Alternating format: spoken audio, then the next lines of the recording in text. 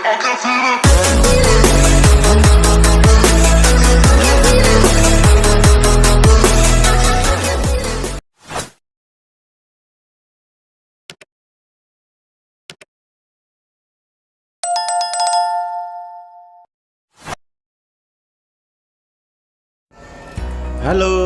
assalamualaikum warahmatullahi wabarakatuh. Salam kenal, selamat berjumpa kembali di channel kesayangan kita, RR Fishfarm. Halo sobat RR Fishfarm seluruh dunia. Untuk kali ini channel kita akan membahas masalah ikan manfish. Nah, iya guys, di sini terlihat burayak ikan berjenis manfish Bulgarian Green Seal Point. Saya akan bercerita tentang bagaimana riwayat asal mula sampai tercetaknya burayak Bulgarian Green Seal Point. Ceritanya begini sobat RR Fishfarm seluruh dunia. Pertama kali dulu saya sebelum memulai berternak ikan manfish, peternakan ini adalah spesialis khusus untuk ikan diskas. Akan tetapi waktu itu ada seorang teman yang memberikan ikannya karena sudah mau pensiun, karena melihat saya ikannya ternyata bertelur, beranak dan berhasil, makanya dia pengen mencoba. Akhirnya dikasihlah saya sepasang ikan manfish. Rupanya teman saya itu akan mengetes saya karena ikan manfish yang ada di tempat teman saya itu sering bertelur. Akan tetapi kenapa teman-teman?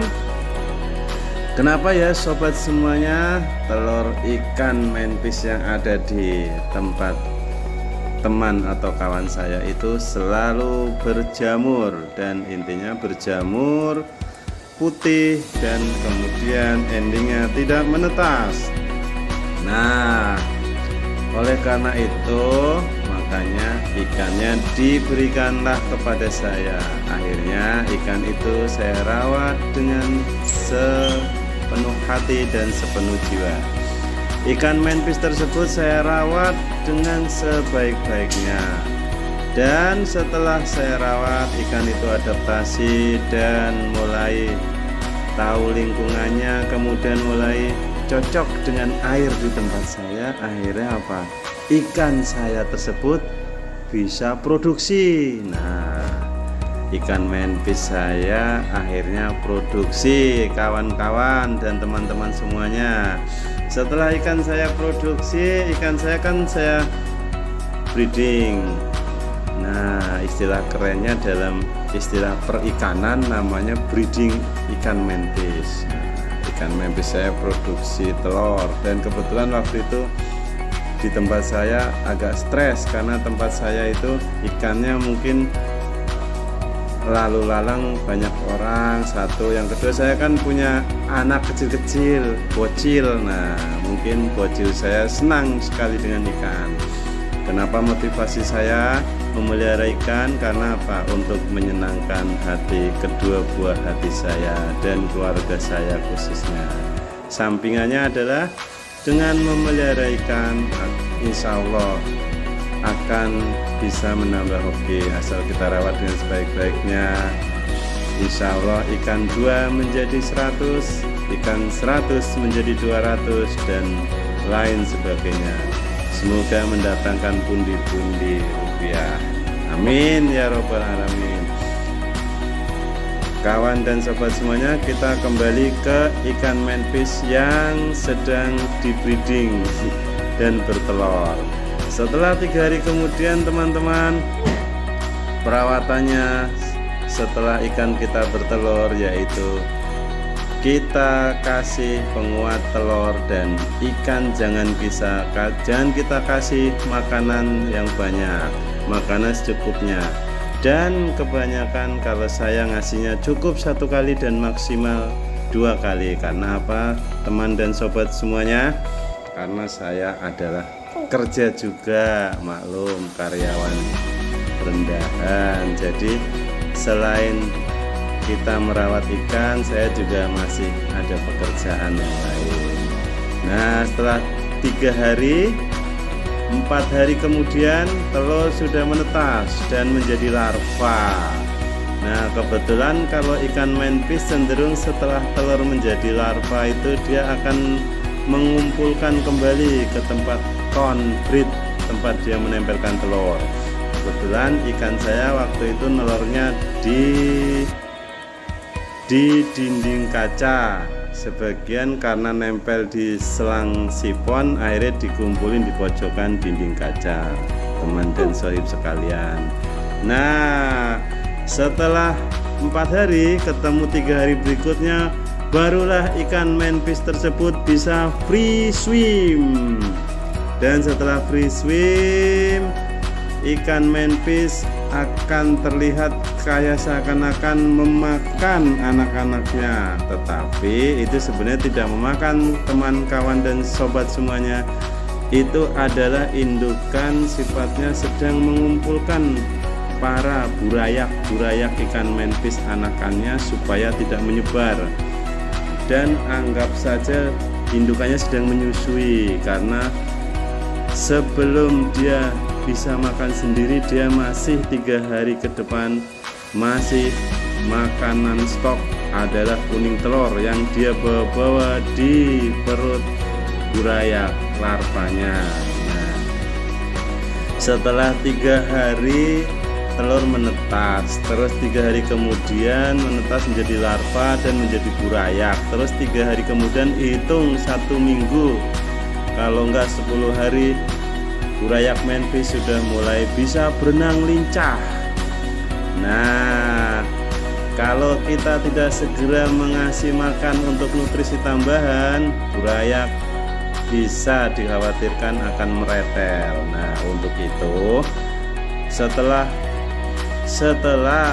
burayak sudah mulai berenang lincah dan mulai kemana-mana, kita mulai melakukan treatment untuk akuarium dan treatment untuk perut ikan burayak manfish tersebut. Kenapa harus kita treatment?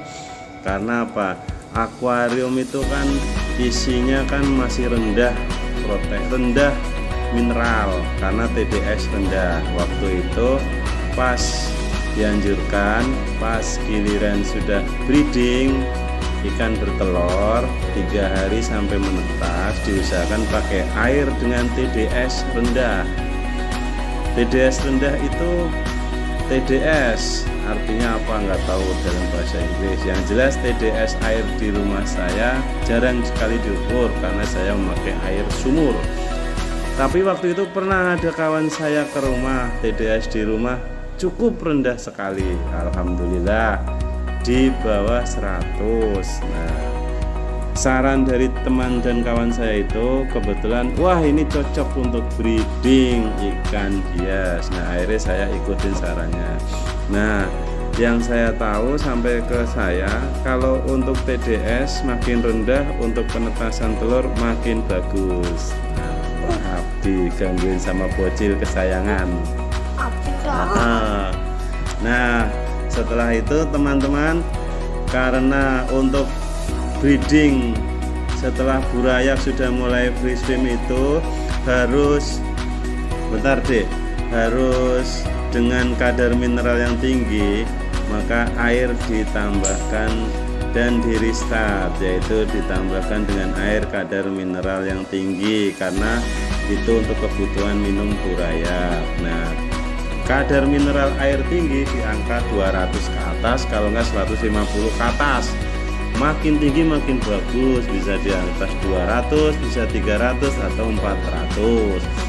Nah, itu untuk mempercepat proses pertumbuhan burayak ikan. Sambil jangan lupa untuk kebutuhan nutrisi perutnya ditambahkan artemia atau kutir. Sedikit demi sedikit dilatih supaya dia bisa makan kutir atau artemia. Nah, dengan makan kutir atau artemia sedikit demi sedikit, nanti dites, kalau seandainya habis kita tambahkan lagi, dan habis kita tambahkan lagi. Soalnya apa teman-teman dan sobat-sobat semuanya, Burayak ikan menpis supaya tidak meretel harus kita tambahkan nutrisi makanan tambahan. Soalnya burayak menpis beda sekali dengan burayak diskus. Kalau burayak diskus pas mulai sudah free swim berenang lincah, dia akan disusuin atau mencari induknya dan dikumpulkan, kemudian cenderung akan menempel, istilahnya fase menggendong. Nah, menempel di badan indukan betina atau jantannya, itu kalau indukan diskus. Nah, jadi selama 1 minggu apa 2 minggu dia cenderung akan makan lendir atau dari sisik indukannya. Tapi kalau untuk menpis dia langsung mencari makan sendiri. Nah, indukannya cukup merawat dan mengasuh serta memantau atau mengawasi. Begitu kawan dan teman sobat semuanya. Nah, setelah fase 1 minggu pertama apa 2 minggu dia sudah mulai lahap makan kutir dan bisa makan, insya Allah burayak kita akan aman, selamat dan seterusnya akan tidak meretel dan burayak kita akan besar cepat. Kalau burayak ikan menpis pertumbuhannya sangat pesat. Burayak ikan menpis saya umur 2 bulan sudah lumayan, ukurannya bisa berapa senti ya itu, kalau saya sih belum pernah ukur pakai penggaris. Kalau saya kira-kira sekitar 2-3 sentian ada, 3 senti ada itu. Orang itu sebesar jari jempol, ibu jari, tapi ya bukan jari kelingking, ibu jari jempol. Jadi cepat sekali pertumbuhannya teman-teman, apalagi dia sudah rakus makan dan lahap makan. Nah, setelah sudah mulai umur 2 minggu boleh dilepas artemia. Soalnya kan artemia kalau membuat itu harus dikultur. Kultur artemia dengan ditetaskan dengan cara di penetasannya itu di apa ya namanya itu, ditaruh di botol aqua, serbuknya direndam di air garam yang dikasih aerator, nanti diaduk. Setelah diaduk nanti selama 2 kali 24 jam biasanya sudah menetas dan disaring lagi. Bagi yang nggak pernah kultur artemia itu akan ribet. Nah, mendingan pakai kutu air. Nah, kutu air kalau pengen higienis dan aman untuk ikan supaya tidak terhindar dari yang namanya kutu cat, itu harus dibekukan. Nah, kebetulan kan kutu air banyak yang dijual tuh, kutu air beku, jadi lebih higienis dan aman. Tinggal ditaruh di freezer, pas giliran dibutuhkan langsung dibuat makanan burayak-burayak kesayangan kita. Dan kutu air beku itu teman-teman kalau ditaruh di freezer bisa kuat tahan lama selama belum habis. Tapi kalau umpamanya udah habis ya kutu airnya ya udah habis, nggak ada lagi, harus kita beli lagi. Dan harganya cukup terjangkau. Sebentar deh.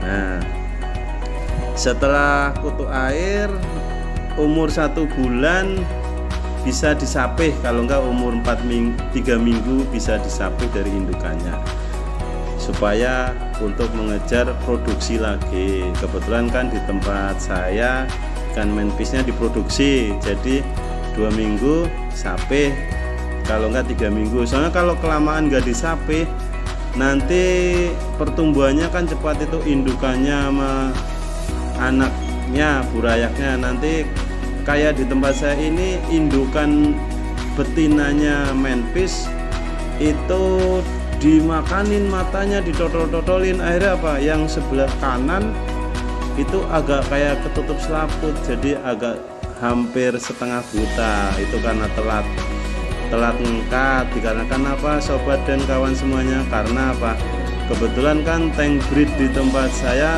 lagi penuh. Akhirnya sekarang alhamdulillah sudah tidak kosong lagi. Sekarang sudah kita sapih, jadi kita pisahkan dan indukannya supaya bisa buat di breeding kembali. Karena ikan menpisnya udah umur 2 bulan, jadi makanannya sudah pakai cabek full, jadi tidak diiris-iris lagi.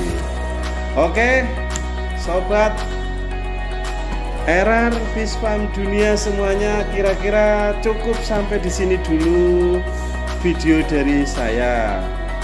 Bagi kalian semua sobat-sobat dunia yang ingin tahu video selanjutnya, jangan lupa pantengin terus channel RR Fish Farm. Nah, untuk mensupport channel RR Fish Farm, jangan lupa subscribe ya, like and share.